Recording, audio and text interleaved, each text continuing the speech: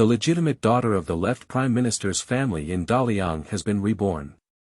Looking back on past lives, the word miserable runs through one's entire life.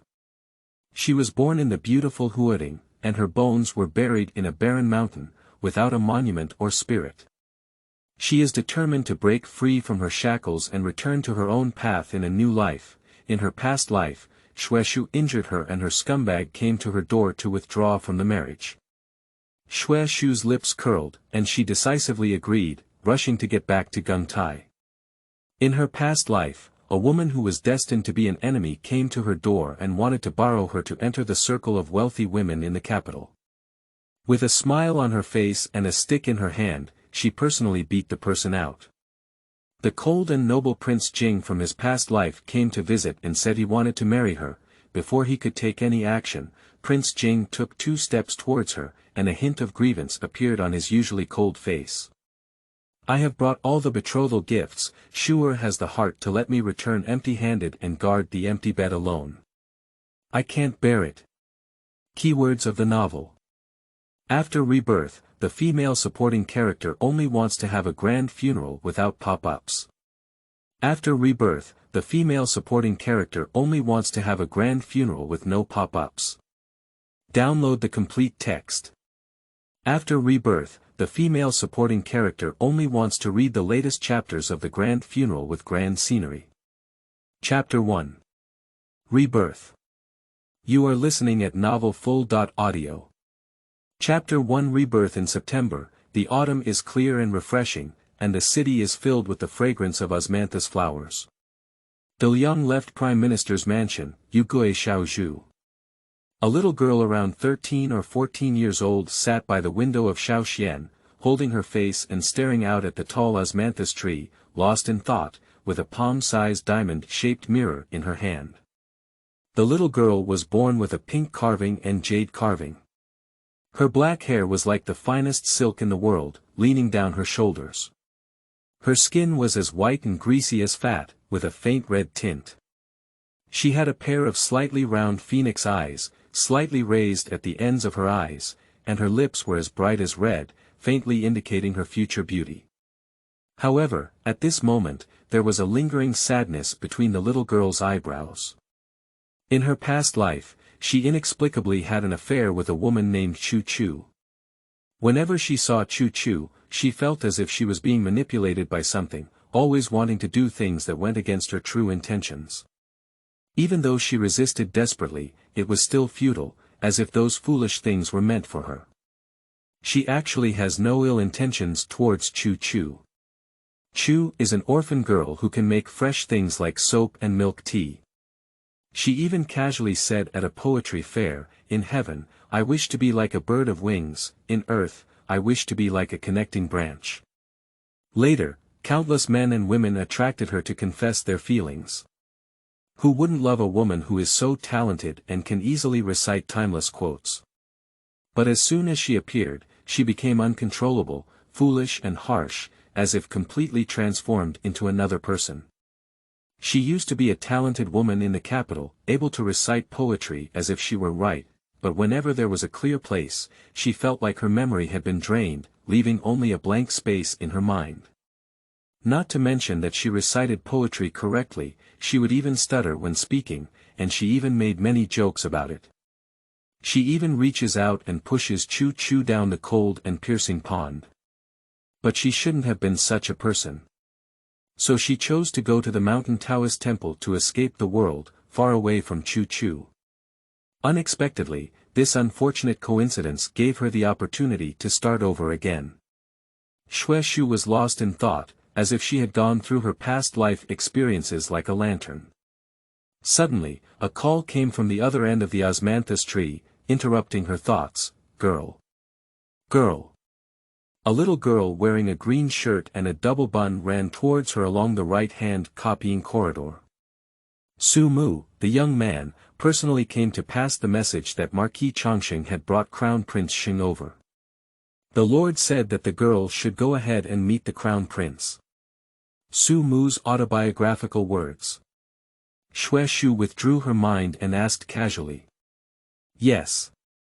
Su Mu is the most considerate person around the Lord.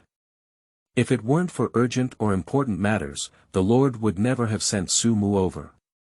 Qingyu rubbed her hands and her voice trembled slightly with excitement. Miss, do you think the Marquis and the Crown Prince personally came to the door for the purpose of engagement? The more Qingyu thought about it, the greater the possibility. Their two families had already changed their Geng Tai, but it was just because Xue Shu was still young at the time and couldn't continue to handle the rest of the affairs. Now that Xue Shu is married, it's a good time to discuss marriage. No wonder the Marquis and the Crown Prince both came to the door together. This is to show their respect for their own girls. Qingyu thought to herself and couldn't help but smile like a flower. Miss, let's go quickly.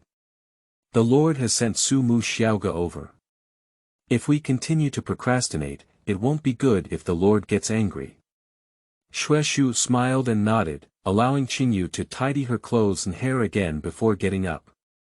Due to the presence of Su Mu, Qingyu rarely closed her forever chattering mouth and didn't say a word along the way, which made Xue Shu a bit uncomfortable. Passing through a hanging flower gate, I entered the front yard. Before entering the front hall, I suddenly heard a sound of smashing things inside, mixed with a furious scolding. Little bastard. Today I brought you here happily, but I didn't expect you to be thinking of withdrawing from marriage. You're playing with me, right? As the words fell, there was another sound of heavy objects falling to the ground. Su Mu's face darkened and he took big steps into the front hall. Even though Xue Shu was mentally prepared on the way here, when she heard the angry shout inside, her face turned pale and she froze in place. In her past life, it was also at this time that Xinggu stepped down and withdrew from the marriage, but she refused to live or die for the sake of her reputation. Despite the current open customs, it is always unpleasant to say that a woman who has not been married has been divorced, and it may even affect her future. So she said that if the Changxing Marquis' mansion insists on withdrawing, she will bring the matter up to His Majesty and let His Majesty make the decision for her. Your Majesty's weight was too heavy, and Marquis Changxing dared not cause trouble, so he had to forcefully pull Xinggu away. As usual, she married into the Changxing Marquis' mansion as she wished. I thought I was going to live a peaceful and smooth life, but I didn't expect this to be the beginning of a nightmare. It turned out that Xinggu had already had a crush. He came to divorce this time in order to welcome his crush into the palace and become his legitimate crown princess. Unexpectedly, Xue Shu insisted on refusing, which ruined his plan. After the two got married, Xinggu spent his days outside drinking to drown his sorrows and kept shouting Chu Chu's name. Chu Chu couldn't bear it and appeared multiple times to comfort them.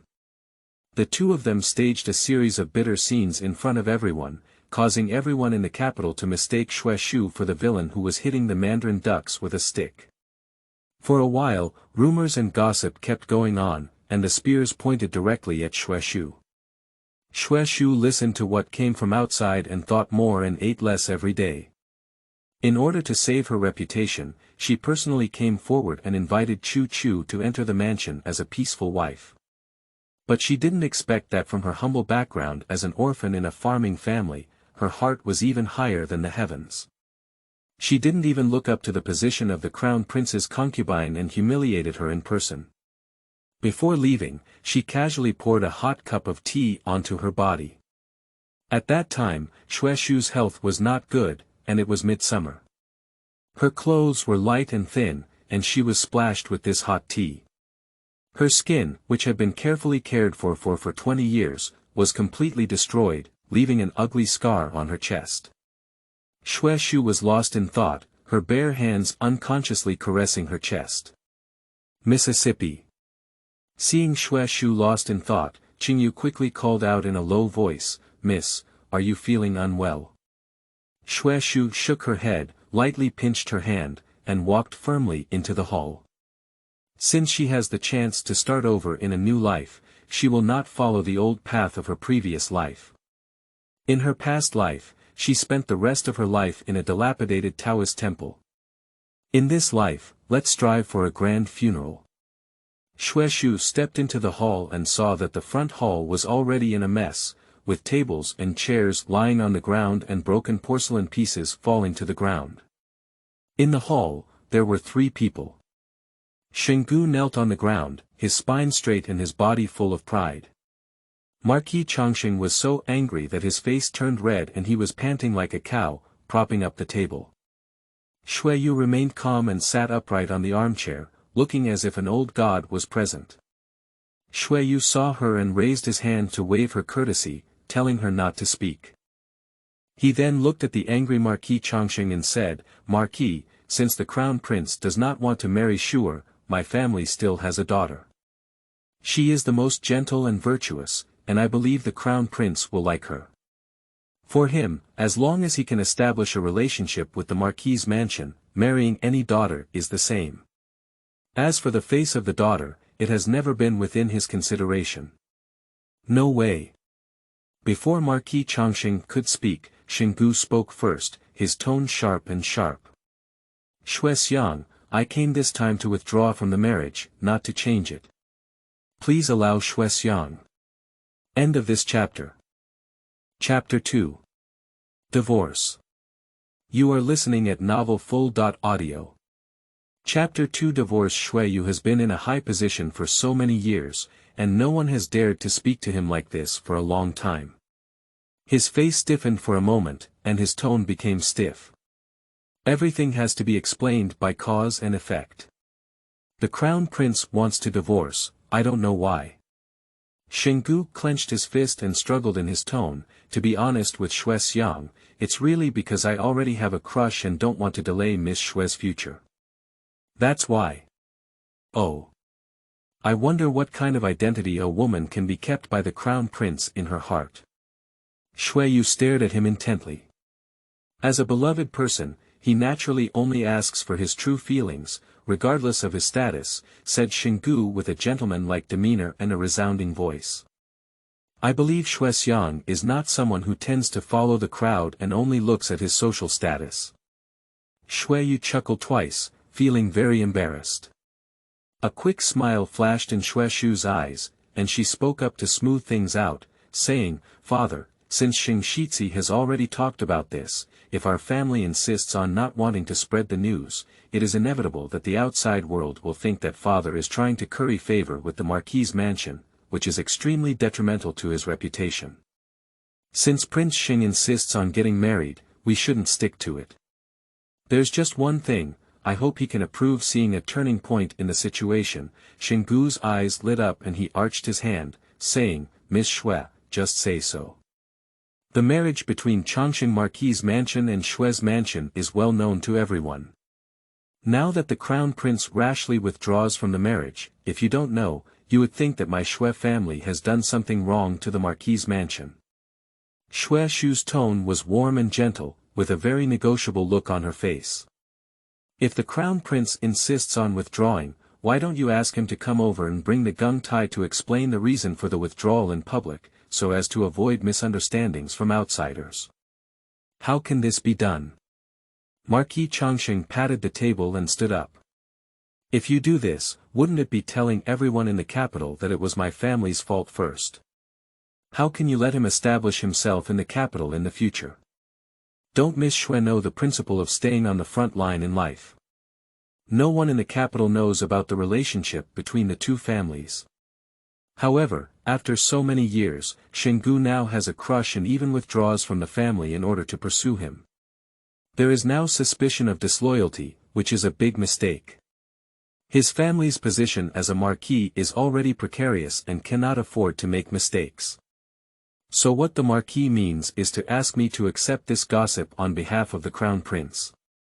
Xue Shu suddenly changed her face and sneered, "Marquis, don't forget that this is the fault of the Xing Shizi. Can we possibly go to the left prime minister's mansion to bear the blame for your family? My deceased son is a towering and upright man. How important his reputation is to him. You are a young woman, but your mind is really cunning. You open your mouth and force people to a dead end." Marquis Changxing looked heartbroken and pointed at Xue Shu's nose, cursing angrily. Upon hearing this, Xue Shu burst into laughter and said, I didn't know that the so-called great man didn't even have the courage to reveal the truth. Why do you say that he is so upright? But he's just someone who dares to do something but doesn't dare to do it. When something happens, he only knows to hide behind the woman and let her bear the blame for him. He doesn't know which sky or land Xingxi has built. What a joke. In his past life, in order to make room for the position of the crown princess, he even resorted to such a sinister method of poisoning behind the scenes. Is that all he has to do? Are you still a great man? Even if all the men in the world die, it's not his turn. Marquis Changxing's face turned red with anger from Xue Shu's words, and he was panting heavily. His eyes were still staring at Xue Shu, which was very frightening. Xue Shu saw that he had stopped speaking, and in the blink of an eye, he returned to his usual gentle demeanor. She even raised a faint smile on her face and looked at Xinggu, who had already risen up in anger.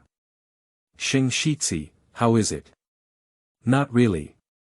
Xinggu fiercely squeezed out a few words from between his teeth, and the gentleman-like appearance had long disappeared. Xue Shu sneered and casually brushed her sleeves.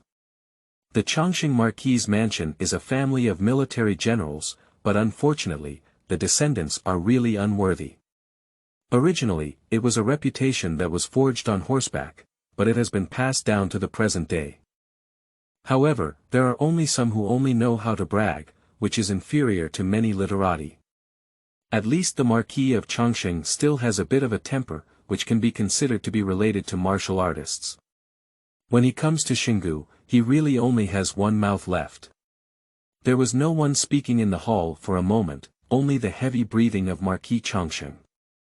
Qingyu carefully offered a cup of clear tea and then stood honestly behind Xue Shu, not daring to take a breath.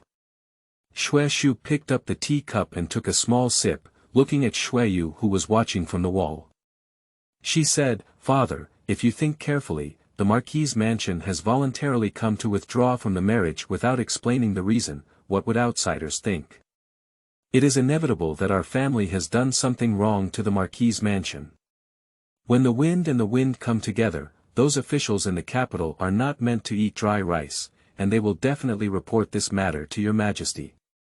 The saying goes, cultivate oneself, govern the country, and stabilize the world. If your majesty thinks that his father can't even manage his own family well, will he still use his father again in the future? Her words truly grasped Xue Yu's lifeline. Xue Yu is ungrateful and ungrateful. Apart from his official position and interests, he doesn't care about anything. He is like a snake, only by being held 7 inches can he honestly be used by people. He doesn't care which daughter marries into the Marquis' mansion, nor does he care about the reputation of his daughter's family, but if he talks about his official position and future, he will definitely speak up. Xue is right. Divorcing is a big deal. Since your family took the initiative to come forward, it's natural for your family to intervene and block the mouths of outsiders. Xue Yu was startled and quickly spoke up, it's your family's fault. There's no reason for my family to take responsibility. What is our relationship? Xue Yu finally spoke up, and Xue Shu curled her lips and leaned back in the chair, hiding her achievements and fame. If we talk about this matter, we won't be able to get married. If we insist on getting married, it would be more like forming a grudge. Marquis Changxing is a hot-tempered person. Seeing Xue Yu being so impolite, he simply tore his face and slammed the table, loudly saying, my house is the Marquis' mansion. If I like your family, it's your family's blessing. I didn't expect this girl to be arrogant and domineering, and even the father would still be so indulgent. Such a family, it's better not to get married. It's better not to cross the door in the future and make the house restless, becoming a joke in the entire capital. Xue Shu glanced anxiously at the table under his hand, which was about to fall. Huanghua pear wood is not cheap. Xue Yu, as a civil servant, couldn't show weakness in a verbal battle. What kind of heirs do you hold in the Marquis' mansion? I don't know when your Marquis' position will be taken down, but this style is quite impressive. It was you who came to propose marriage back then, and now it's also you who are resigning. Why, do you really think that our left Prime Minister's mansion is made of mud, allowing you to knead and flatten it as you please? Do you still want me, Xue Xiangfu, to take the blame for you? What a thick skin. Shu is right. If you want to withdraw, you can take a post and speak clearly in front of everyone. Otherwise, my Xue family will take a famous post and visit your family's door to withdraw from the marriage. After finishing speaking, Xue Yu swung his sleeve and turned to leave. Xue Shu also stood up and finally glanced at the father and son, then turned around and followed Xue Yu away from the front hall. As she walked out of the front hall, Xue Shu felt a big stone fall to the ground in her heart, and even her breathing became more relaxed. However, as her gaze turned, she suddenly saw a somewhat slender figure standing in the nearby corridor. Her scalp tingled, as if a rabbit instinctively wanted to run when it saw an eagle. End of this chapter. Chapter 3. Xue Chen. You are listening at novelfull.audio. Chapter 3. Xue Chen, come here. The young man's voice became more and more melodious, but it fell in Xue Shu's ear, as if it were the deadly magic sound. Seeing her motionless for a while, the young man coughed lightly, which frightened Xue Shu. She had to take a step and walk over, with a smile on her face that was even uglier than crying. Big brother. Can I still eat you? Xue Chen sighed helplessly and looked up and down at her. Come with me. After speaking, Xue Chen didn't care if she followed or not, and he took the lead in taking steps. Xue Shu tugged at the corner of her mouth and glanced at Qingyu, who had already been frightened into 2 battles. She asked her to go back to Yuegui Xiaozhu first before following him. Xue Chen is her eldest brother, but this brother is somewhat different from the others. The elder brother of the neighboring family, although doting on his own sister, at least he wouldn't be like Xue Chen. Although he had a smile on his face a second ago, whenever he saw his own sister, his face smelled like a stone in a pit. The speed at which he changed his face was astonishing. At the end of Xue Shu's previous life, she had never seen Xue Chen's smiling face a few times. However, it was this person who didn't have a good face towards her. In her past life, she was poisoned, and Qingyu sensed the clues. Even though Qingyu had no evidence at the time, with just a possibility, Xue Chen ignored her and knocked on her door, forcing Xinggu to write a letter of peace and separation, which saved her life. Afterwards, Xue Yu felt embarrassed and didn't want her to stay at home.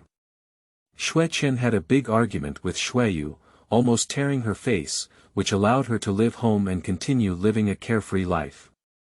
Xue Shu was lost in thought of her past life and unconsciously followed Xue Chen into a bamboo forest. Tingzhu Yuan is Xue Chen's residence. As its name suggests, Tingzhu Yuan is located in a bamboo forest.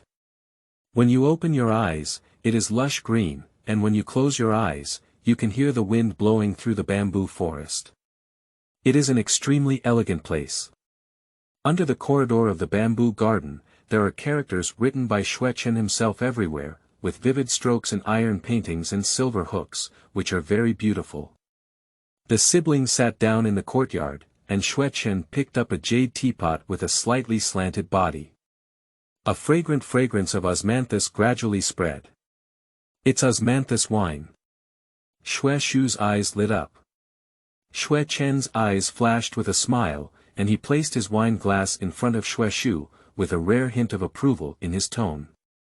Chongqing Marquis' mansion is not a good place to go, and Xing Shizi is not someone worth entrusting. It's great if you agree to divorce. Xue Shu picked up her wine glass with a smile and pressed it against her lips. She took a deep breath of the fragrant osmanthus fragrance and said, "So, this is the reward that Big Brother gave me." "Not bad," Xue Chen nodded slightly and placed the jade pot holding the wine next to Xue Shu. "It's all yours." Now, Xue Shu really felt a bit flattered. Xue Shu loves osmanthus and also loves to eat it, and among all the foods made from osmanthus, she loves osmanthus wine the most. Previously, she would occasionally ask Qinyu to go out and buy a few jars to drink. However, one day, Xue Chen didn't know where to find a taste of osmanthus wine, which perfectly preserved the unique sweetness of osmanthus without any astringency. What's even more rare is that the taste of this osmanthus wine is just right, neither spicy nor bland, which is really irresistible. Xue Shu has a sharp tongue. After drinking the osmanthus wine given by Xue Chen, Xue Shu can no longer drink what is sold on the street. Unfortunately, Xue Chen was very stingy, always only willing to give her a little, and after drinking it, there was nothing left. In the end, it made her crave for something, but when faced with Xue Chen, she dared not make a mistake and had to go back to scratch her heart and liver. This time, I took the initiative to take out the wine, it's really rare. Xue Shu was also polite, one dared to give and the other dared to drink. After drinking 3 or 2 cups of thin wine, Xue Shu's cheeks were already flushed with smoke. Xue Shu propped her head and looked at the bamboo garden, saying, "Big brother, living here in winter, won't it be very cold?" No, even though the bamboo forest is colder than outside, the house is paved with warm jade. Even in the cold winter, walking barefoot on it will not feel cold. Just light a few more braziers and it will be as warm as spring. Xue Shu pursed her lips, pretending that he was just perfunctory. With a turn of her eyes, she looked straight at Xue Chen and bravely asked, "Big brother, do you really dislike me?" Upon hearing this, Xue Chen paused while pouring tea and quickly returned to normal. "Why is this question? Big brother, you have never smiled at me before. When you see me on weekdays, you tend to curse me in a few words, so fierce." Xue Shu took advantage of the strength of the wine and counted with her fingers one by one. "Also, big brother, you are never willing to give me more osmanthus wine. You even hid a whole room, and I saw it all." After speaking, Xue Shu continued to stare directly at him, with a hint of accusation and resentment in her slightly round-wind eyes. Xue Chen sighed and raised his hand to press the center of his brow. Headache. How should he explain? He was always strict with her because Xue Lusher doted on her too much. He was afraid that she would be raised crooked, so he had to sing a cold face in front of her and always put on a cold face towards her. How should he explain? The osmanthus wine in his room was actually prepared for Xue Shu, but because she had a poor tolerance for alcohol and was afraid that drinking too much would harm her body, she didn't dare to let her drink it. Xue Chen was staring at her and felt uncomfortable all over, so he had to honestly explain, "I don't hate you. He's just such a precious little sister, how could he hate it?" "Really?" Xue Shu said, looking up and drinking another glass of wine, "I don't believe it." Xue Qinchang breathed a sigh of relief, deeply realizing that treating wine as a reward for her was a quite wrong approach. In normal times, how could this girl dare to be so reckless?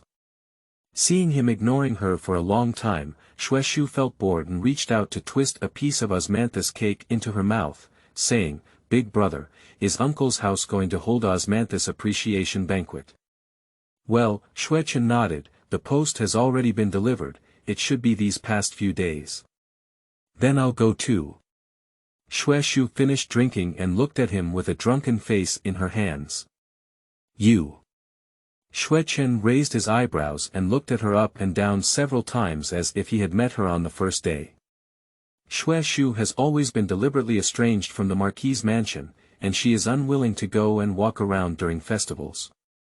Unexpectedly, this time she took the initiative to ask for a small cinnamon banquet. His sister seems to have really changed. Not only did he promise to divorce, but he also dared to challenge himself with alcohol today, and even took the initiative to get close to the Marquis' mansion. How much stimulation did this have to be? "Are you okay? Do you still know who I am?" Xue Chen was worried that his sister would be foolish, so he quickly raised his hand and shook it in front of her. "Big brother, I'm awake." Xue Shu slapped his hand to the side, "That's settled. Remember to take me with you when the time comes." After speaking, Xue Shu struggled to prop herself up and was about to leave with a wobbly gait. Xue Chen pressed his eyebrows, got up and chased after Xue Shu a few steps, picked her up horizontally, and put her back in his own bedroom. He also sent his personal servant to the Yue Xiaozhu to call Qingyu over to serve.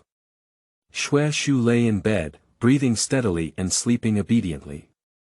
Xue Chen bent down to tuck her in the corner of the blanket, and just stood by watching her, his thoughts surging in his heart. End of this chapter. Chapter 4. No expectations, no disappointments. You are listening at novelfull.audio. Chapter 4. No expectations, no disappointments. Xue Shu slept soundly, her dreams filled with the fragrance of osmanthus, and she didn't wake up until the next morning. She opened her eyes and suddenly realized that she was in a strange bedroom. She flipped over and sat up from the bed, startled Qingyu, who was guarding the sleeping beside the bed. "What's this place?" Xue Shu saw Qingyu and instantly relaxed her guard, lazily lying back. "This is the young master's bedroom," Qingyu yawned. "Yesterday you were drunk, and the young master didn't trust you to go back on your own, so he settled you here." Xue Shu nodded. Yesterday, she had a wild scene in front of Xue Chen, but Xue Chen not only didn't get angry, but also took care of her well. After all this, she couldn't be afraid of this cold-faced and warm-hearted big brother at all. Xue Shu chuckled lightly and said in a great mood, let's go back." "Yes." Qingyu quickly stood up, waited on her, dressed her, and briefly tidied up her hair. After returning from Ting Zhuyuan, Xue Shu locked herself up in the study of Yue Xiaozhu. 2 days were enough for her to carefully recall the events that had happened in her previous life, walking freely and writing wherever she thought, unconsciously filling more than 10 sheets of paper. Finally, she carefully reviewed it again and only noted some important events. Finally, she threw the rice paper into the furnace and burned it to ashes, leaving no trace. The events of her past life are not static. She agreed to divorce today, and what will happen in the future becomes uncontrollable. Therefore, it is useless to remember too many details. The future path still requires her to walk step by step. Speaking of this marriage, the two families have not yet exchanged the Geng Tai, so the dust is not settled. She needs to quickly ask Xue Yu to go to the Marquis' mansion to exchange her Geng Tai. Having made up her mind, Xue Shu summoned Qingyu in, dressed up again, and went to listen to the bamboo garden. Xue Shu explained her purpose in a few words. Upon hearing this, Xue Chen looked at her with satisfaction for a while, and without saying a word, went with her to Xue Yu's study. Divorce. Xue Yu frowned. "I've been thinking carefully these past few days. The Marquis' visit that day was not for the purpose of divorce, it was just a last-minute initiative by the son of Xingshi. Moreover, after all these days have passed, there has been no movement on the Marquis' side, indicating that they are not serious either. I don't think it's necessary to withdraw from this marriage." After listening, Xue Shu let out a deep sigh in her heart. Sure enough, Xue Yu was only stimulated by her for a moment before speaking harshly that day. After 2 days, he had already calmed down, weighed the pros and cons, and finally decided to play dumb. Since the Marquis' mansion did not take the initiative to visit, he was willing to pretend that nothing had happened and everything remained the same. When the relationship with the Marquis' mansion was established, he would have a smoother life in the court. As for whether Xue Shu was doing well or not, it has nothing to do with him. Xue Chen also guessed his intention to push the boat with the flow, and was not surprised by his words. "Father, your resolute attitude in the hall before has already displeased the Marquis. If you really marry Xue, do you think about what kind of life she will live? There are naturally thousands of ways to live, how can we live without it?" Xue Yuehun waved his hand indifferently. "No big deal, I'll give your sister more dowry and farm property to cover her up. I won't let your sister suffer any injustice." Upon hearing this, even Xue Chen, who had always had a plain face, couldn't help but widen his eyes. He knew that his father had always been indifferent to Xue Shu, but he never expected him to be so indifferent. Even if he knew that Xue Shu's married life would definitely be difficult, he didn't take it to heart. That's a lifelong event for my daughter's family. Xue Chen's face was extremely ugly.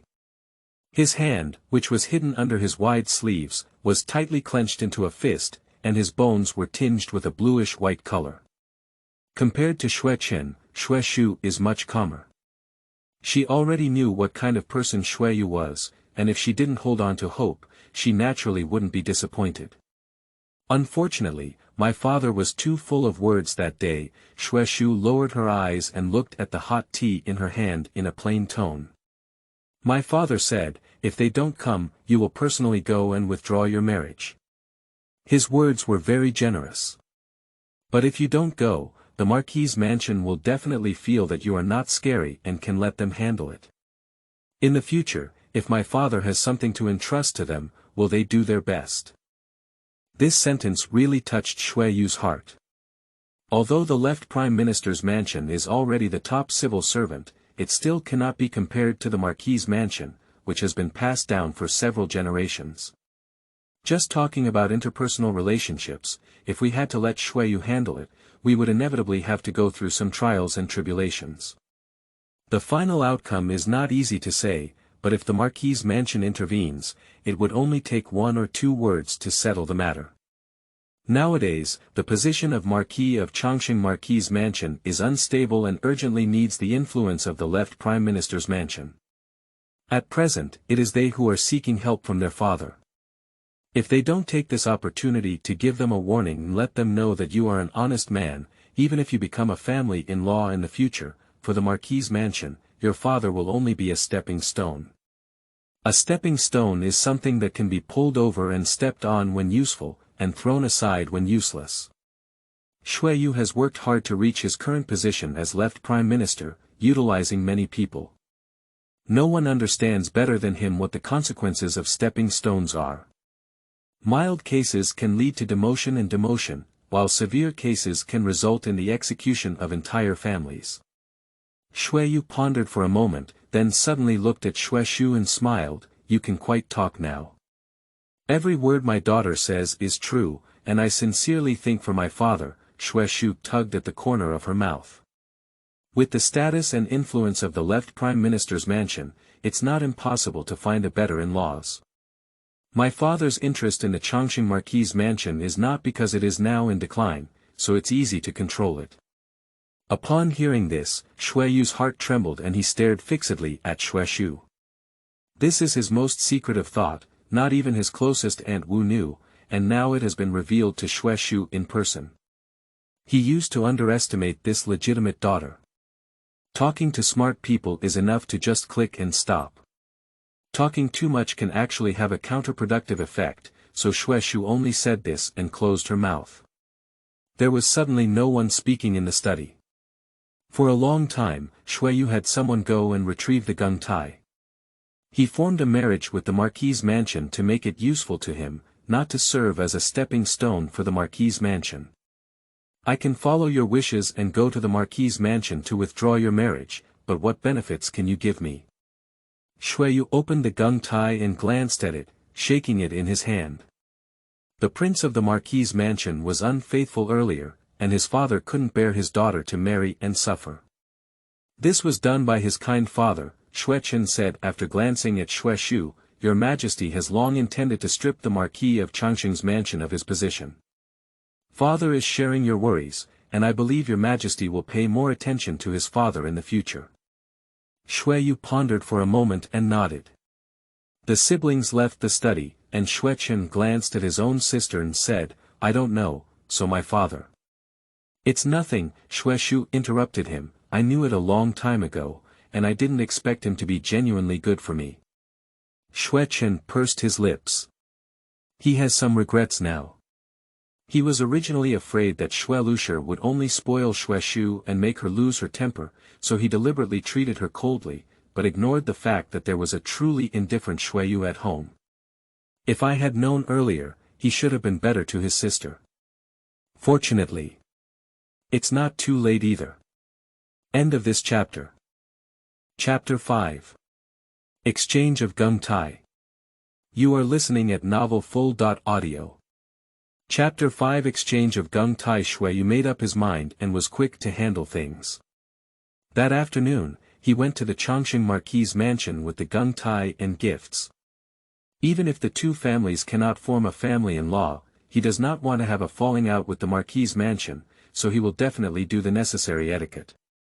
He politely entered the door, but he didn't expect the people of Chongqing Marquis' mansion to see him as if they had seen the god of plague.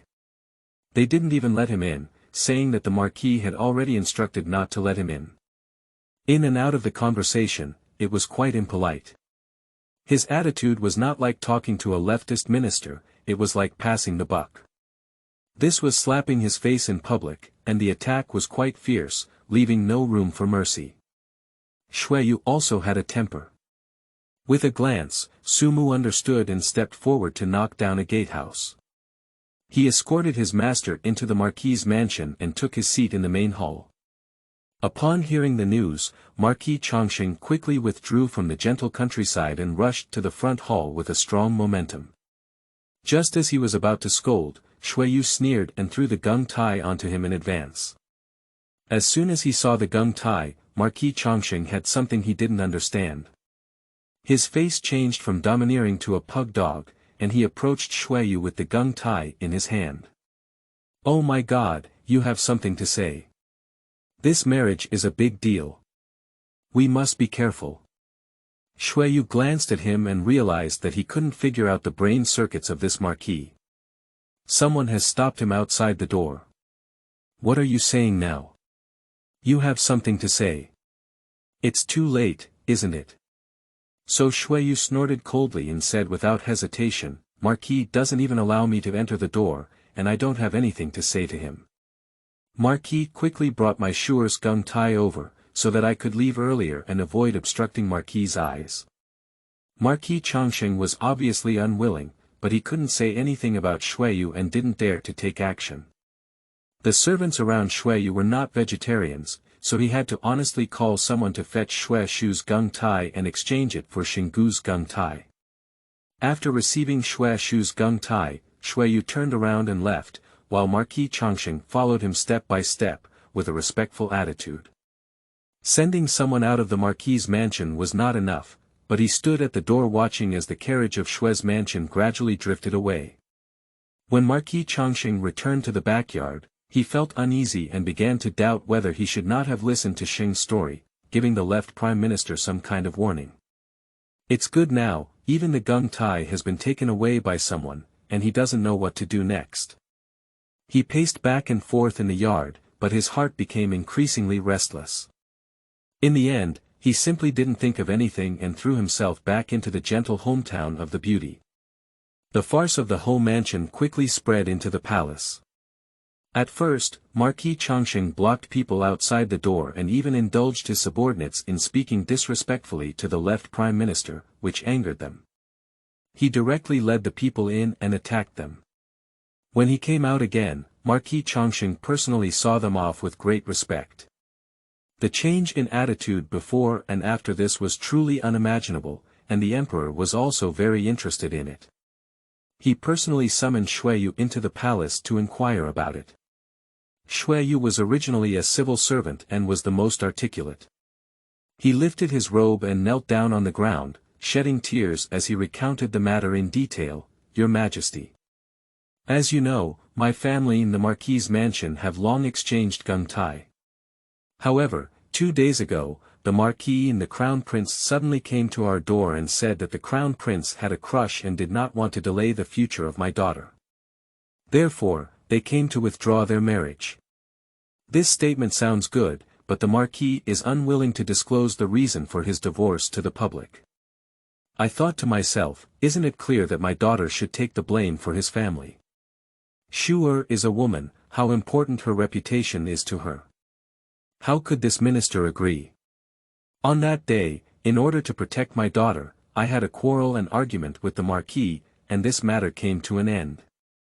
But today, I suddenly remembered that this Geng Tai has not been exchanged yet, and the matter of getting married is not settled, is it? So, today I quickly went out and brought a gift. I originally wanted to sit down and have a good conversation with the Marquis' mansion, but to my surprise, the Marquis' mansion stopped me directly from outside and even mocked me. I was also impulsive, and that's when the servant with me moved his hand. Alas, this matter is indeed due to my impoliteness. I should come to my door tomorrow and apologize. Xue Yu said, his expression on his face was also quite accurate. It was called a beloved girl's eagerness, and it was called a regretful act, acting even more realistically than real. Although His Majesty is of advanced age and has gorgeous hair, he has a strong physique and sharp and bright eyes. Obviously, he is in excellent spirits. Although he is dressed in his usual attire, the imperial pressure on him still makes people feel a bit breathless. This prosperous Marquis' mansion is really cunning. You are only thinking for your daughter's sake. Even if you are impulsive, it is understandable. Xue Yu wiped away his tears and choked up his voice, Your Majesty understands me. I am truly. The Emperor raised his hand and interrupted his next words, seeming to mutter to himself, This Marquis' mansion is becoming increasingly lawless thanks to its favored concubine. Xue Yu quickly lowered his head honestly, not even daring to turn his eyes around. The talent of the Chongqing Marquis' mansion is withered and unable to be utilized, but they still enjoy the worship of the Marquis' position, which has become a worm in the court. The Emperor is a wise ruler, and he despises these things the most. He has long wanted to take action against the Chongqing Marquis' mansion. In his early years, Marquis Chongqing was quite clever. Seeing that the wind was not right, he quickly offered his own daughter to the palace. The daughter of the Xing family was also in high spirits, and within 2 years, she climbed to the position of a noble consort. Her honor and favor remained strong, and the position of Marquis Chongqing was temporarily preserved. Over the years, considering the face of the noble concubine, the Marquis' mansion has always been honest. Even if the Emperor wants to take action, there is no reason. But now, the situation at Xue Yu's house is really giving the Emperor a great excuse. Xue Xiang is the head of the civil service, ranking first and truly a high-ranking official of the country. However, the high-ranking officials of the country were humiliated in front of a family of court moths, which was a slap in the face of the court and also a slap in the face of the Emperor. When will it be better not to deal with it at this time? The Emperor remained calm and waved to Xue Yu to step down. Xue Yu walked quickly out of the palace and finally breathed a sigh of relief. He accompanied the Emperor for several years, knowing that His Majesty has a decisive personality. He is afraid that he will soon take action against the Chongqing Marquis' mansion. Xue Yu sighed a few words in his heart, got on the carriage gracefully, and returned to the left Prime Minister's mansion. At this moment, both Xue Chen and Xue Shu gathered in the main courtyard to chat with Xue Shu.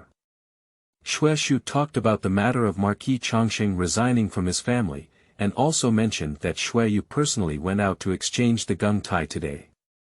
Xue Shu nodded with great satisfaction and took Xue Shu's hand, saying, When your father made the decision to exchange the Geng Tai with his family that day, I felt it was inappropriate.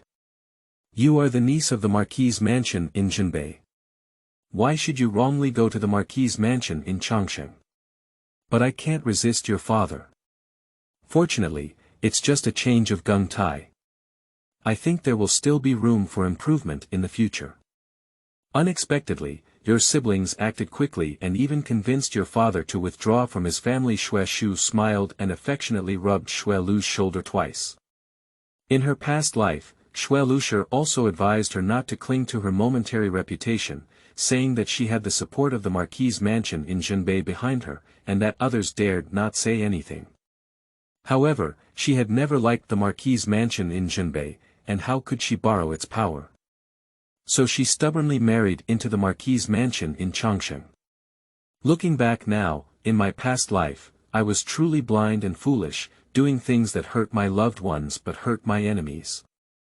End of this chapter. Chapter 6.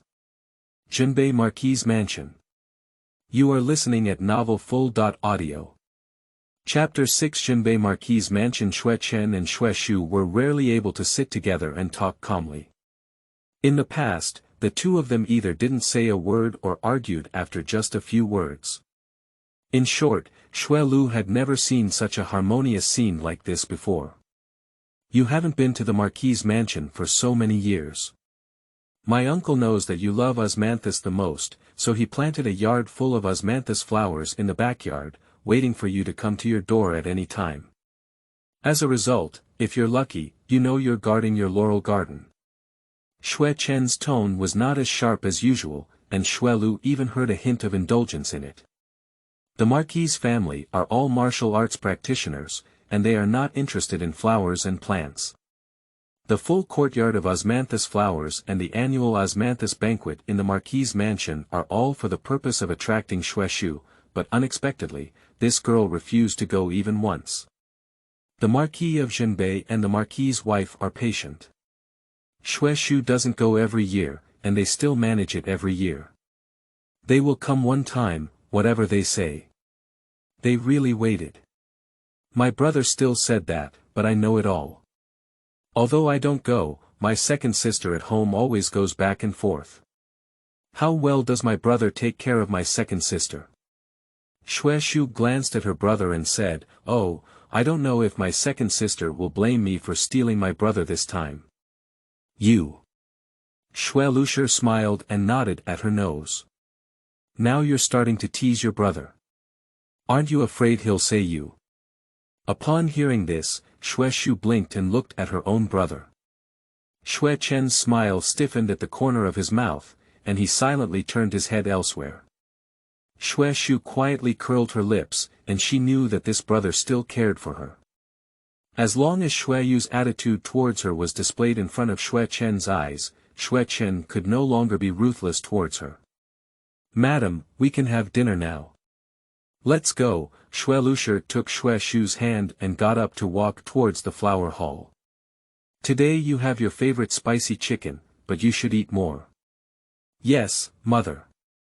When we arrived at the flower hall, the round table with 5 people was filled with various dishes. A large plate of shiny and red chili peppers was placed in the middle of the table, which did not match the light dishes on the table. A family of 3 sat down, and naturally there were not many rules for their own meals. Xue Chen looked at Xue Shu, who was enjoying eating meat, and said, "Girls should eat more vegetables." He raised his hand and picked a piece from her bowl. Xue Shu had no choice but to pinch her nose and eat the vegetables, then maliciously picked up a piece of spicy chicken and put it in Xue Chen's bowl. Xue Chen's face stiffened. He couldn't have eaten spicy food, but who let his sister pick it up for him? He had to put the spicy chicken in his mouth, not daring to chew it, and swallowed it whole. Fortunately, Xue Shu had a sense of propriety in giving him a small piece of meat. Otherwise, Xue Chen might have choked to death directly on the dining table. The two of them went back and forth like this. At the end of the meal, one blushed and the other was covered in a variety of dishes. Xue Lu even smiled and burst into tears. After dinner, the siblings stood up and left. Xue Lu looked at their talking and laughing expressions, and felt a wave of relief. For a long time, she couldn't bear to move her gaze away. Until the siblings disappeared from the door, Xue Lu finally breathed a sigh of relief and returned to his bedroom to rest. 2 days later, the weather will be excellent, the sun will be warm and not scorching, shining on people with warmth, making it the most suitable for travel. The Marquis' mansion in Zhenbei holds an annual Gui banquet and invites people from the capital every year, but this time it is particularly different. The invitation had already been sent to everyone half a month ago, but a few days ago, the Marquis' mansion in Zhenbei sent a new post stating that it would be a big event this year without explaining the reason. After a round of inquiry, everyone found nothing, and in the end, it was only assumed that the osmanthus flowers in the Marquis' mansion were blooming exceptionally well this year, which was just a temporary impulse for the Marquis' wife. This Marquis lady has a first-class imperial edict personally bestowed upon her by the emperor, and even when she comes to the empress, she can speak up. Therefore, even if she was only on a whim, everyone dared not neglect her at all. They all combed up their heaviest hair buns, put on the most exquisite makeup, put on the most precious and gorgeous clothes and jewelry, and set off for the home mansion one after another since the hour. For a moment, all the roads in the capital were blocked by luxury cars, which made the people who watched the excitement satisfied. They had never seen such a grand scene except for palace banquets on weekdays. A single post can attract such a grand occasion, indicating the immense power of the Marquis' mansion in Zhenbei. Fortunately, the Xue and Lu families left early. When they first left, they had already arrived. When they were stuck on the road, they were already sitting in the backyard of the Marquis' mansion drinking tea. At this moment, the Marquis of Zhenbei and his wife were holding Xue Shu's hand and refusing to let go, laughing so hard that they couldn't see their teeth. The Marquis of Zhenbei and his family all love girls very much, but when the Marquis' wife gave birth to twins, the couple was very angry. The eldest son, Lu Yinghuai, is steady and intelligent. At the age of 3, he knows 1,000 words and is stronger than many children from literary families. He has such amazing talent and was born into a family of military generals, naturally possessing both literary and military abilities. Nowadays, in the capital, he is the dream lover of many daughters of noble families. As for the second son Lu Yingyuan, his temperament was completely opposite to that of Lu Yinghuai. He was mischievous from a young age and dared to pluck hair from the head of the Marquis of Zhenbei. As he grew up, he became a living demon king, also the most troublesome one. But his martial arts talent is amazing. He has been invincible in the capital since childhood, and now at only 18 years old, he has already dominated the eastern suburb camp. When he takes it seriously, he can even fight back and forth with the Marquis of Zhenbei. Thanks to his exceptional martial arts talent, he would have been kicked out by the Marquis of Zhenbei long ago. After giving birth to twins, the Marquis of Zhenbei gave birth to another son 2 years later, named Lu Yingche. This son is much more worry-free than his second brother. He doesn't argue or grab, and seems to have engraved the words, gentle and jade-like, into his bones since he was born. Unfortunately, he has a second brother who has been bullied since childhood. But he seemed to not know what anger meant, always looking indifferent. Whenever the Marquis and his wife in Zhenbei scolded their second son, he would often hold a faint smile and help him say a few words. However, the ultimate result is often that the second player is beaten even worse. Ah, it's better to be a daughter. It's different from those annoying brats in our family, said the Marquis of Zhenbei as he took out a big red envelope from his arms and confidently stuffed it into Xue Shu's hand. Come on. Take these silver coins and spend them first. After spending them, tell uncle. He has already been in theft as a marquis and cannot go any further, but after winning the battle, he cannot ignore rewards. Therefore, the emperor can only exchange all rewards for silver and give them to him. So, their Marquis' mansion has a lot of silver. Go ahead. How can those stinky kids in your family be compared to Xue? The Marquis of Zhenbei rolled her eyes, which could be said to have disgusted her own son to the extreme. My Xue is a fairy from the sky, who can match anyone. What's yours and mine, they all belong to our family. The Marquis of Zhenbei muttered a few words, but was stared at by his wife and quickly closed his mouth, only looking at Xue Shu with a smile. End of this chapter. Chapter 7. Appreciation of Xue Banquet. You are listening at novelfull.audio. Chapter 7 Appreciation of Xue Banquet. Since Xue Shu came over, the Marquis of Zhenbei has been holding Xue Shu's hand, refusing to let go for a moment, even when receiving guests. All the people who were able to attend were also human spirits. As soon as they saw Xue Shu, they knew the reason for the grand Xue banquet held by the Marquis' mansion in Zhenbei. It turned out that their beloved niece had arrived. Everyone in the capital knows that this Xue banquet was held for Xue Shu. Previously, Xue Shu didn't come and just ordered it casually, but now that the head of the family is here, isn't it about having a big event? For a moment, countless glances, either glancing or envious, fell on Xue Shu, and everyone had their own thoughts. Receiving guests is a personal task. Even if Lady Zhenbei wants to show off her own niece more, she still needs to consider Xue Shu's health. She was young and couldn't bear it anymore.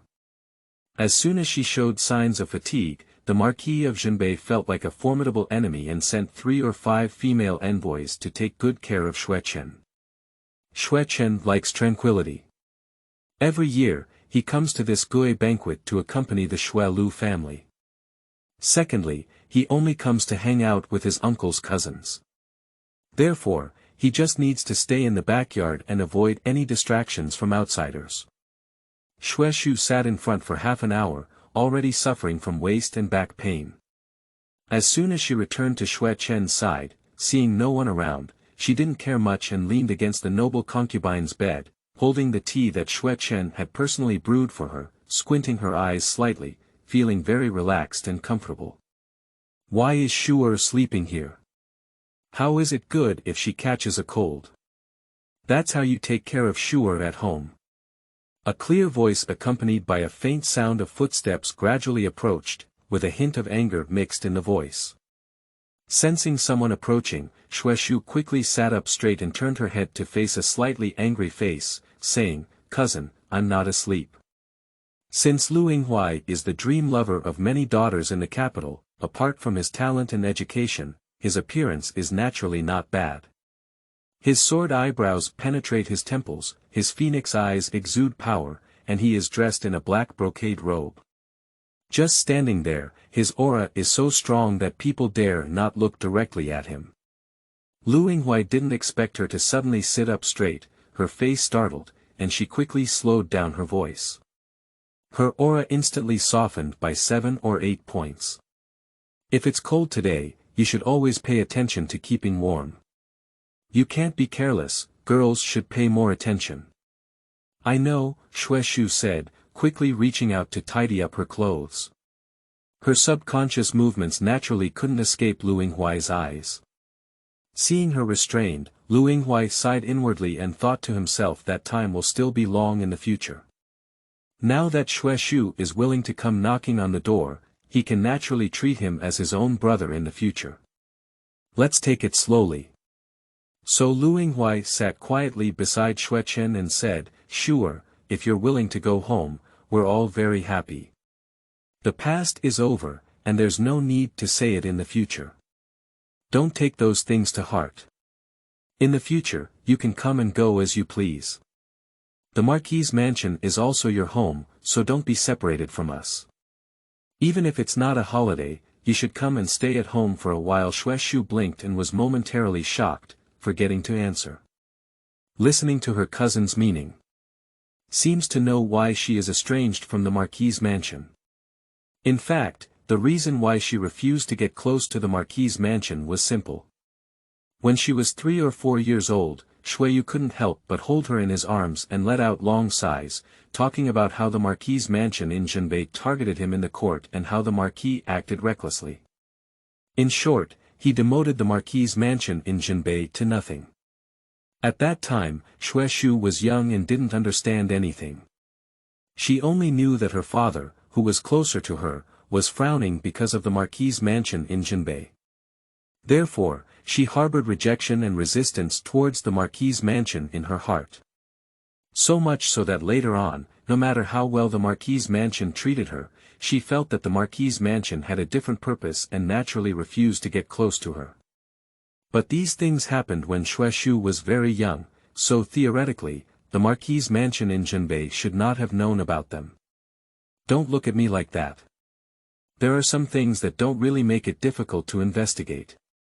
Just ask the old servant next to Xue Yu a few questions, and if it doesn't work, torture him. In terms of interrogating and coercing confessions, the Marquis' mansion in Zhenbei is a skilled expert. Oh. Xue Shu held the teacup and nodded blankly. Xue Chen looked at Lu Yinghuai and then at Xue Shu, feeling confused for a moment and saying, "What's going on?" "It's none of your business, drink your tea." Lu Yinghuai became angry as he looked at his confused expression. "Although I have a younger sister and don't know how to cherish her, I speak coldly to my own sister, but my attitude towards that illegitimate sister is gentle. It's really a fool. I don't know how this kind of brain passed the Que exam at a young age. I'm afraid it wasn't reading that fooled my mind. Seeing that the atmosphere was a bit off, Xue Shu quickly spoke up and said, "Cousin, it was Xue who didn't understand before." "You can't be blamed for this," Lu Yinghuai raised his hand and interrupted what she was about to say. "It's Xue Yu's ulterior motives. How can we blame you?" Xue Shu was still talking, but was interrupted by a burst of noise. Upon hearing this sound, Xue Shu realized that it was probably her second cousin, who had been a demon king since childhood, and her third cousin, who had been bullied by him since childhood, who had come. Lu Yinghuai pressed his brow and said, "Xue, please rest well. I'll call you back when we have dinner later." After speaking, Lu Yinghuai got up and quickly walked out of the yard, not forgetting to close the door. The noise outside stopped for a while. It should be Lu Yinghuai speaking. "I heard that Xue has arrived and ran back from the eastern suburb camp on horseback. Why don't you let me see her? I haven't seen Xue for a long time." This was my second cousin jumping again.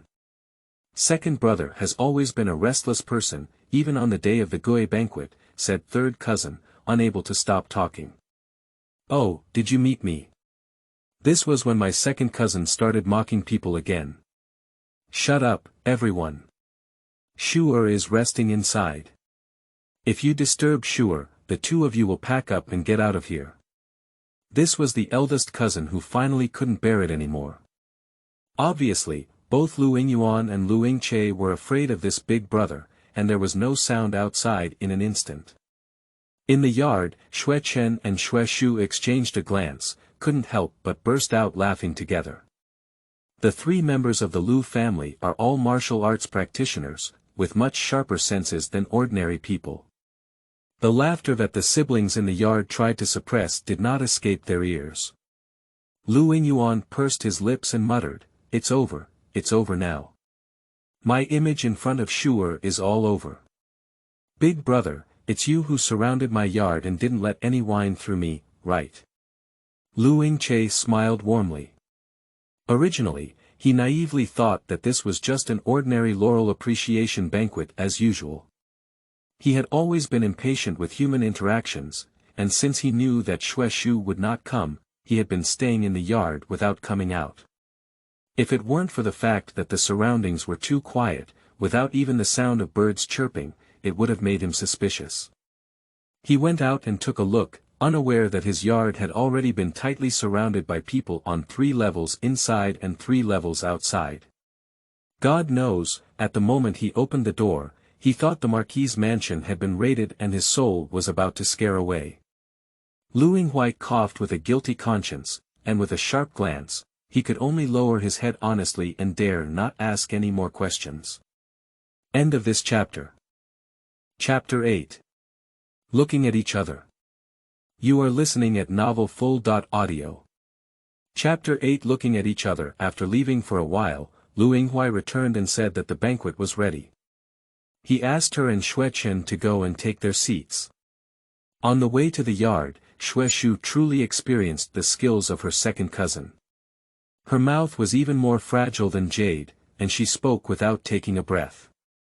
Along the way, she told Xue Shu about her heroic deeds and described herself as the martial god who ascended and descended to earth that day. It was really shameless. Xue Shu knew that her second cousin had excellent martial arts skills, but she didn't expect her mouth to be so sharp. Along the way, she almost heard a cocoon in her ear. As soon as she saw Xue Shu, she felt like she had seen a savior. She took 3 or 2 steps and sat down obediently next to Xue Shu, quietly letting out a sigh of relief. This is the seat for the female family, and the 3 brothers of the Lu family are not suitable to stay here for a long time. They only asked Xue Shu to eat and drink to her heart's content, so they walked back and forth step by step. Ha! Xue Shu let out a deep breath and said helplessly, I've learned the power of my second cousin today. The lady of the Marquis of Zhenbei laughed heartily upon hearing this and said boldly, if you find him annoying, just tell him to shut his mouth and not to be polite to him. Normally, when Xue Shu heard this, she would repeatedly refuse and politely say some more scenes. However, this time, Xue Shu pondered for a moment before decisively nodding her head and saying, "Since that's the case, I won't be polite to second cousin." She really doesn't want to experience the enchanting sound once again. This banquet was held amidst the laughter of the Marquis of Zhenbei. As soon as the banquet opened, music began to play. The female envoys in bright clothes hurriedly served dishes and drinks, occasionally making a few sounds of porcelain colliding, which was also very pleasant. Everyone started chopping their chopsticks, exchanging cups, and the banquet was very lively with constant laughter.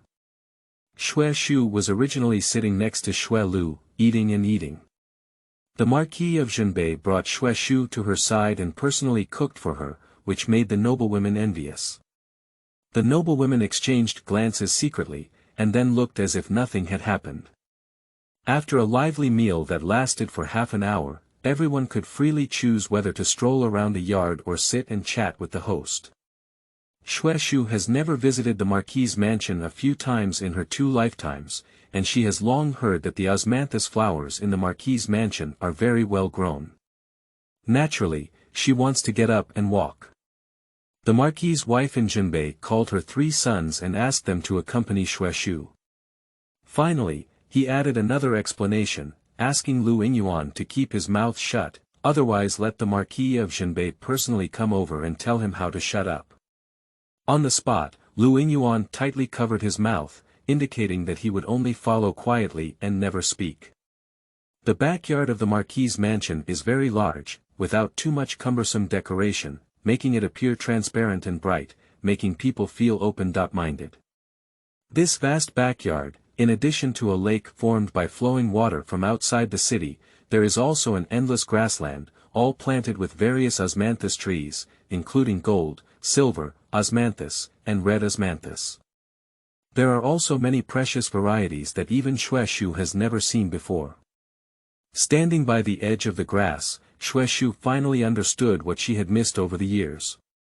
"This osmanthus forest is not bad, is it?" Lu Yingyuan said with a hint of laughter in his tone. "You don't know that we didn't go home for 3 months in order to find those rare osmanthus trees. It was only then that we searched everywhere for many precious and well-grown seedlings." Xue Shu let out a long sigh and said, "My brother is right. I've really lost money these years. What's up here? You can come often in the future," Lu Yingyuan said with a smile. "In my opinion, why not stay at home for the next few days? We can still go together on the day of the palace banquet, so that my friends can meet you." "Don't lead your fox friends to Shu'er," Lu Yingyuan said as he led Xue Shu forward, leaving his 2 younger brothers behind.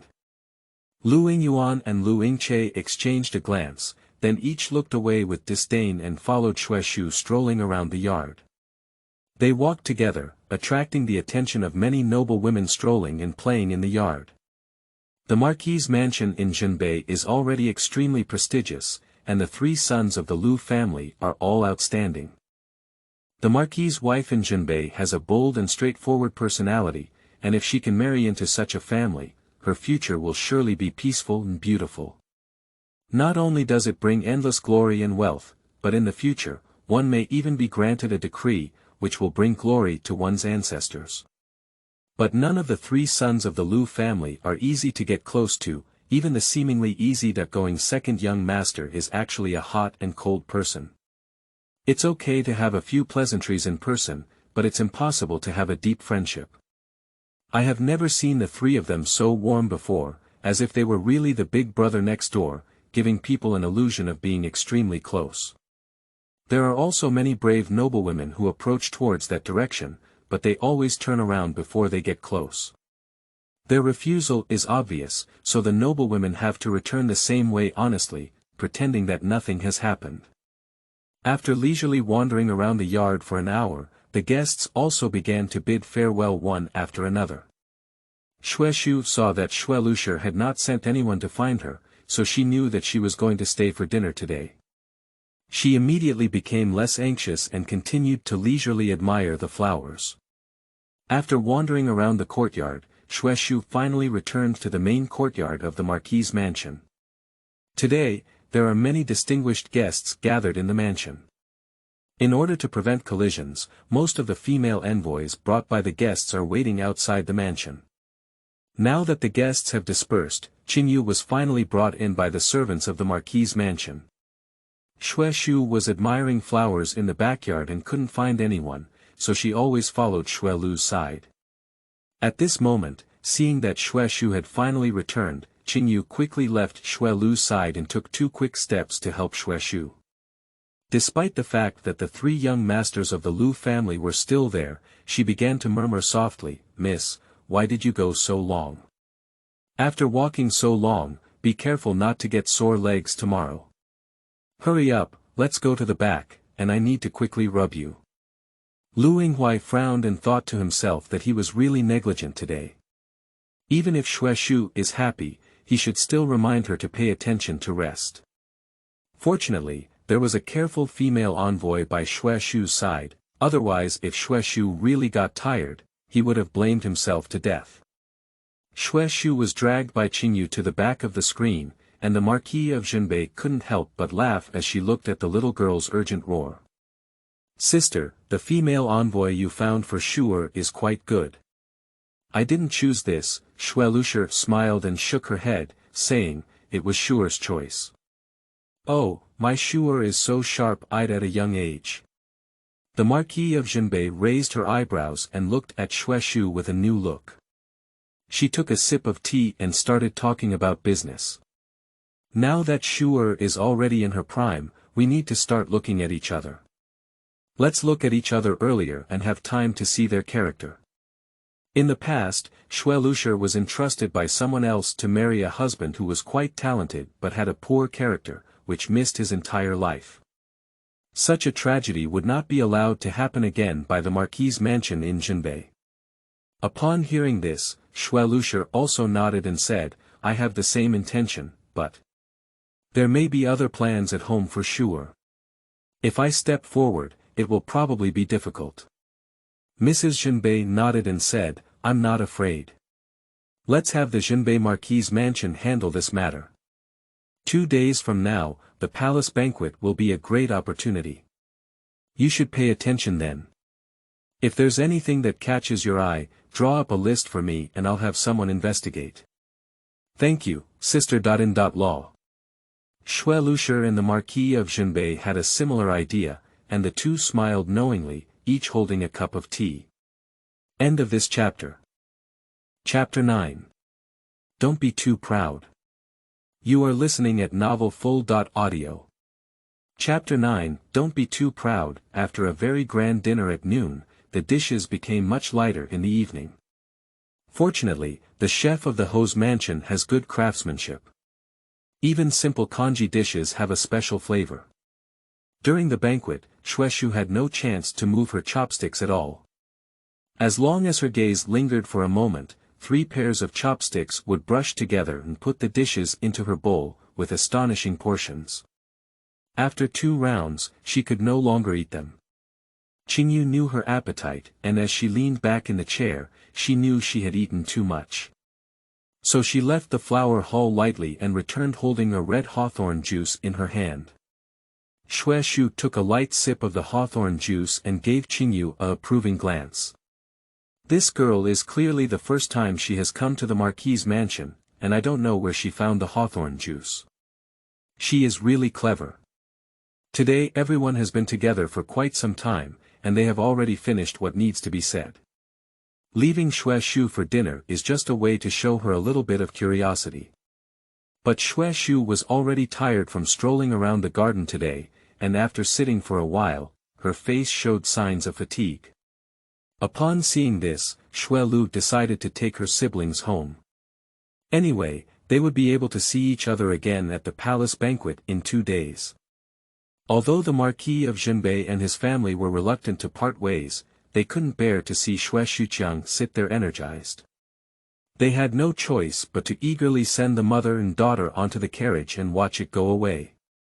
Xue Shu was so tired that she fell asleep halfway through. When she got home, she couldn't even call out. In the end, Xue Chen gently carried her out and sent her back to Xue. The next morning, Xue Shu woke up in her room, stunned for a moment, then turned over and woke up, calling for Qingyu. "Miss, Mom Zhang has brought the clothes she needs to wear for the Mid-Autumn Festival banquet. Do you want to take a look?" Qingyu walked into the room and only put the bed and curtains away, not in a hurry to dress her. "The clothes made by Lady Chen herself, I haven't seen them yet." "Open them and take a look, Mississippi." Xue Shu nodded, and Qingyu quickly turned around and went out, asking someone to move the box in. A rosewood box carved with osmanthus patterns, with a seal from Qiluofang attached to it. Qiluofang is the first clothing workshop in the capital, with hundreds of skilled embroiderers. Among them, there is a Qin Xiang who is the most skilled. The clothes made by her hands can even rival the embroiderers in the palace. But Lady Chen has a strange temper and a noble character, unwilling to bother making clothes for the noblewomen in the capital. I don't know what method Xue Shu used to hire her. Qingyu stepped forward and tore open the seal, carefully taking the clothes out of the box and hanging them on the hanger, afraid that if her hands and feet were too heavy, she would destroy the set of clothes. This set of clothes consists of 3 pieces, one of which is a goose yellow standing collar slanted collar wide-sleeved long shirt, with several osmanthus flowers embroidered on both cuffs. The stitching is fine, and the pattern is not flashy, but it also shows the deep skill of the embroidery lady. There is also a blue-green horse-faced skirt, with embroidery on it that is much more complex than a long shirt. It has a circle of patterns embroidered with jade rabbits worshipping the moon, and each jade rabbit is vivid. When you look closer, even the hair on the jade rabbit's body can be seen. The 3rd piece is a stick, with a color similar to the ripe persimmon on the branch. Just like a long shirt, there are only some osmanthus patterns embroidered on the top, simple and agile. It's truly the craftsmanship of Lady Chen. Qingyu was stunned for a moment and unconsciously wanted to reach out and touch the exquisite embroidery. However, as soon as her hand touched her clothes, it suddenly shrank back as if she had been stung. Qingyu tightly clenched her rebellious right hand into a fist, secretly cursing herself for trespassing. She turned her head anxiously and saw Xue Shu looking at her with a smile in her eyes. She knew that her master had not taken this matter to heart, so she breathed a sigh of relief and stood in place, giggling twice. Xue Shu shook her head helplessly and said, "Don't quickly put away your clothes. Your girl is going to starve to death. The hawthorn juice from last night was really effective. She was almost awakened from hunger this morning." "Yes," Qingyu said, taking extra care and putting her clothes back into the box. It was only then that she regained her usual neat appearance and walked briskly out of the bedroom. In no time, she returned carrying 2 food boxes. After breakfast, Xue Shu moved a bed and lay down on the bed of the noble consort in the corridor. Xue Shu looked at the osmanthus tree in the courtyard and was lost in thought. At the palace banquet in her past life, she was also dressed in the clothes made by Lady Chen herself, and dressed up beautifully, making a name for herself at the banquet. At that time, she thought Xue Shu meant to attract Xingu's attention and seize this marriage opportunity. Now it seems that her thoughts at that time were probably wrong. It is estimated that Xue Shu did not take the marriage relationship of the Chongqing Marquis mansion to heart from the beginning. She entrusted Lady Chen to make clothes for her, in order to meet other families at the palace banquet. Unfortunately, in her past life, she was too foolish and would have misunderstood. Xue Shu felt worried and let out a long sigh. She entrusted non-human beings in her past life, almost losing her own life, leaving behind a knot in her heart. Nowadays, no matter which man she meets, she feels that she cannot be trusted and only wants to stay away from all the men. She doesn't want to take another look, let alone sit together and watch one another. Xue Shu sighed again, feeling that there might be some trouble at the palace banquet the day after tomorrow. Just now, she can only be stopped by soldiers. Fortunately, this Mid-Autumn Festival palace banquet was not clear. She needn't worry about her sudden brain loss. Then, she will naturally have countermeasures. 2 days are like flowing water, passing in the blink of an eye. On the day of the palace banquet, although Xue Shu had already instructed many times not to be too flamboyant, Qin seemed to be unable to hear her. As soon as the sky was shining, he pulled her out of bed and called on 2 or 3 skilled female envoys to bathe and change her clothes, clean her face, and apply makeup without any smudges. Xue Shu had no choice but to close her eyes and play with them like a string puppet. After more than an hour, Qin finally breathed a sigh of relief and smiled as she handed the diamond-shaped mirror to Xue Shu's hand. "Miss, look at it. How beautiful it is." Xue Shu took the Ling flower mirror and glanced at it. The woman in the mirror lightly applied makeup and brushed her eyebrows lightly. Her makeup was not heavy, but she appeared more spirited and suitable for her flower-like age. However, Xue Shu found it difficult to be amazed by her face. She only nodded lightly and handed the diamond-shaped mirror back to Qin, urging her to quickly change her clothes. Qin pouted and asked the other female envoys in the room to step down.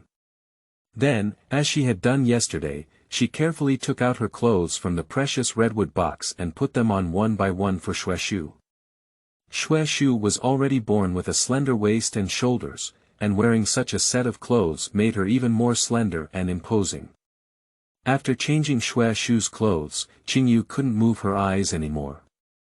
Coincidentally, Xue Shu pushed the door in and saw Xue Shu's attire. She immediately smiled and curved her eyes, saying, "Not bad, not bad. Today, my sun will definitely shine brightly and shine brightly." Xue Shu smiled on her face, but her heart was filled with bitterness. She doesn't even think of any ghostly limelight. Xue Shu didn't know what she was thinking in her heart. She circled around her several times and couldn't help but admire her. It wasn't until Zhang's mother came to urge her that she finally talked about the main matter.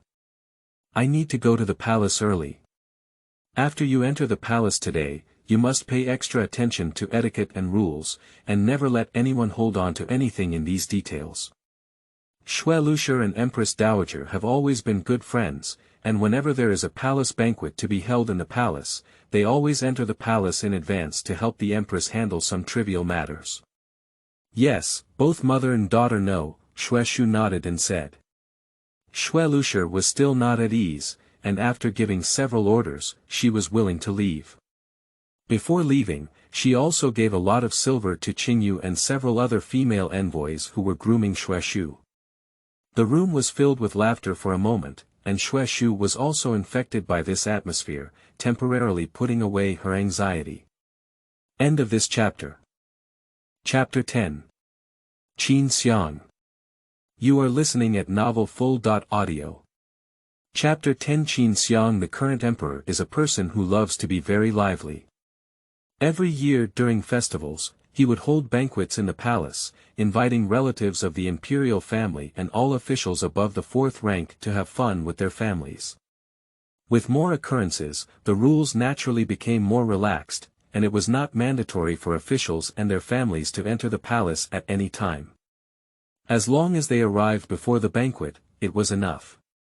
Therefore, the older ladies mostly enter the palace in the early afternoon, gather together to talk and walk away, while the younger girls will be later, mostly waiting until the afternoon to go to the palace together. The girl who often goes in and out with Xue Shu is the legitimate youngest daughter of the Minister of Personnel's family, named Qin Xiang. This girl is also a wonderful person. Her father is the Minister of Personnel, and her mother comes from a scholarly family. She grew up in that elegant place from a young age. She was originally gentle, but a few years ago, she fell off the attic at home and woke up with a sharp temper. She also changed her temperament and no longer loved studying poetry and books. Instead, she became obsessed with martial arts. Lady Shangshu loves her daughter as much as her life, and she also pities her for just walking away from the line of life and death. She naturally has no choice but to give her whatever she wants. Qin Xiang is also in high spirits. In just a few years, he really learned something and came out with a decent appearance. Since then, Qin Xiang has been constantly pestering her, sometimes showing off his fists and feet in her yard, and sometimes sitting quietly beside her while reading books. In short, over the years, the two of them have gotten along quite well, and as time goes by, they naturally become even closer. As soon as she thought of Qin Xiang, a smile curved around Xue Shu's mouth. This is really a lively woman, different from all the women Xue Shu has seen. She is full of vitality, pure in mind, and free and unrestrained, which is truly enviable. Speaking of who came, she was thinking of Qin Xiang when she saw a red figure outside, bouncing over. Miss Qin is here. Qinyu's eyes lit up and she quickly pushed open the window, waving at Qin Xiang. Miss Qin. Come in and take a look at my girl. The fairy descended to earth. It looks so beautiful. Xue Shu shook her head helplessly and said, You really need to learn these rules again. Qinyu's body stiffened and she quickly stood up obediently, looking at Xue Shu with some confusion, afraid that she would really send herself to learn the rules again. Coincidentally, Qin Xiang ran in and frowned unhappily upon hearing these words. What rules should I learn? I can't bear to be treated so respectfully by others, treating me like an ancestor. I really like Qinyu, this girl. If you don't want it, can I take it with me? You're so beautiful. Xue Shu chuckled lightly and looked at her up and down, teasing her. Are you going to the palace banquet or riding a horse? Madame Shangshu must be very angry with you. I saw Qin Xiang wearing a red dress without any embroidery, with tight cuffs and waist, and the skirt only reaching to the knees, revealing the long pants and boots inside, which was extremely neat. A head of black hair was tied with only a red silk ribbon at the back of the head, with golden threads woven into the hair, looking bold and agile. Qin Xiang has a gentle face, but her dressing style is far from that face. It is clearly two completely different temperaments that blend strangely with her. However, this attire is not the appropriate attire for attending a banquet, even though it looks good. Qin Xiang's eyes twitched and quickly changed the topic. I see it's almost time, let's hurry up and leave. Seeing her like this, Xue Shu knew she had guessed right. Her gaze fell on her empty back and she said helplessly, You always don't know how to bring a female envoy when you go out, you know how to use my jade, and you don't know how to give me an extra salary. Behind her, Qinyu nodded repeatedly. Then you give me Qinyu, and I'll have a female envoy. Qin Xiang stepped forward and grabbed her arm, then turned his head and blinked at Qinyu. Little Qinyu, come with me. I'll make sure you eat and drink spicy food. How about that? Qinyu immediately puffed up her cheeks and said, I won't leave my girl. Her girl is the best person in the world. She won't leave. Stinky girl. Qin Xiang was about to hit someone, but to his surprise, Qinyu was not afraid of her at all and didn't even hide. Her fist froze in mid-air, neither falling nor retracting, which was very awkward. All right, hurry up and leave. Finally, Xue Shu suppressed a smile and tugged at Qin Xiang's sleeve. Qin Xiang snorted and followed Xue Shu out the door. Where Qin Xiang is present, it is always lively, and with Qinyu, who loves to talk, the journey is even more lively. Xue Shu only felt a headache. The three of them walked shoulder to the door, and at a distance, they saw two figures, one tall and one short. The taller one is Xue Chen. Today, he is dressed in a blue robe, with a clear and elegant demeanor. He looks at his eyes and frowns, and when he stands there, it makes people unable to move their eyes. The shorter one was dressed in a pink light gauze butterfly dress, with various bead decorations in her hair, dressed exceptionally grandly, like a flower fairy. At this moment, the flower fairy was running and jumping around Xue Chen, and anyone who looked at it would feel that this brother-sister relationship was very good. That's Xue Yao, the daughter of the Xue family. Xue Shu and Qin Xiang walked to the door, and Qin Xiang waved his hand first and said hello, Xue brother. Xue Chen was accustomed to the way she greeted her, nodded, and his gaze softened a bit before falling on Xue Shu. "It's getting late, let's go," he said upon hearing this. Qin Xiang widened his eyes as if he had seen a ghost. He looked at Xue Chen, then at Xue Shu, and finally at Xue Chen. When did this person have such a good expression towards Xue Shu? Damn it. Xue Shu didn't feel anything. She let out a light and then pulled Qin Xiang onto the carriage. Behind the two of them, Xue Chen glanced at Xue Yao, who was tightly gripping her sleeve. He pursed his lips and said in a somewhat stiff tone, "I need to ride a horse." Xue Shu was jealous of Xue Yao a few days ago, and now he should keep a distance from her. The little girl is very angry and difficult to coax. Oh. Xue Yao reluctantly let go of her hand and stepped on the footstool 3 times to get onto the carriage. Today, her brother feels strange. In the carriage, Qin Xiang sat almost next to Xue Shu, his voice very low, whispering, "I heard you went to the Laurel Appreciation Banquet at the Marquis' mansion. Why didn't you tell me?" Her mother came home to tell her this news, which startled her at the time. She had been wanting to ask Xue Shu in person, but she didn't expect her mother to say that the palace banquet was coming soon. She wanted her to stay at home and not let her go out, so she was locked up until today. Xue Shu smiled helplessly and said, "It's not a big deal. I and the Marquis' mansion are already relatives, shouldn't we move around more between relatives?" Qin Xiang nodded and said, "Of course it should be. I just didn't expect you to suddenly come to an idea. Yes, everything in the whole mansion is good, and I am dedicated to you." Sigh.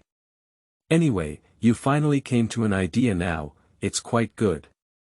Xue Shu also nodded and whispered, "Yes, it's just a pity that I just figured it out now." It's not too late to figure it out now. You're the only precious niece in the Marquis' mansion, can you still make things difficult for you? Qin Xiang raised his hand and nodded at her forehead, his tone relieved. That's how family is. As long as you have the heart, it's never too late. Where do you come from this set of big principles? Xue Shu helplessly raised her hand and patted it aside, then turned her gaze to the outside of the window. End of this chapter.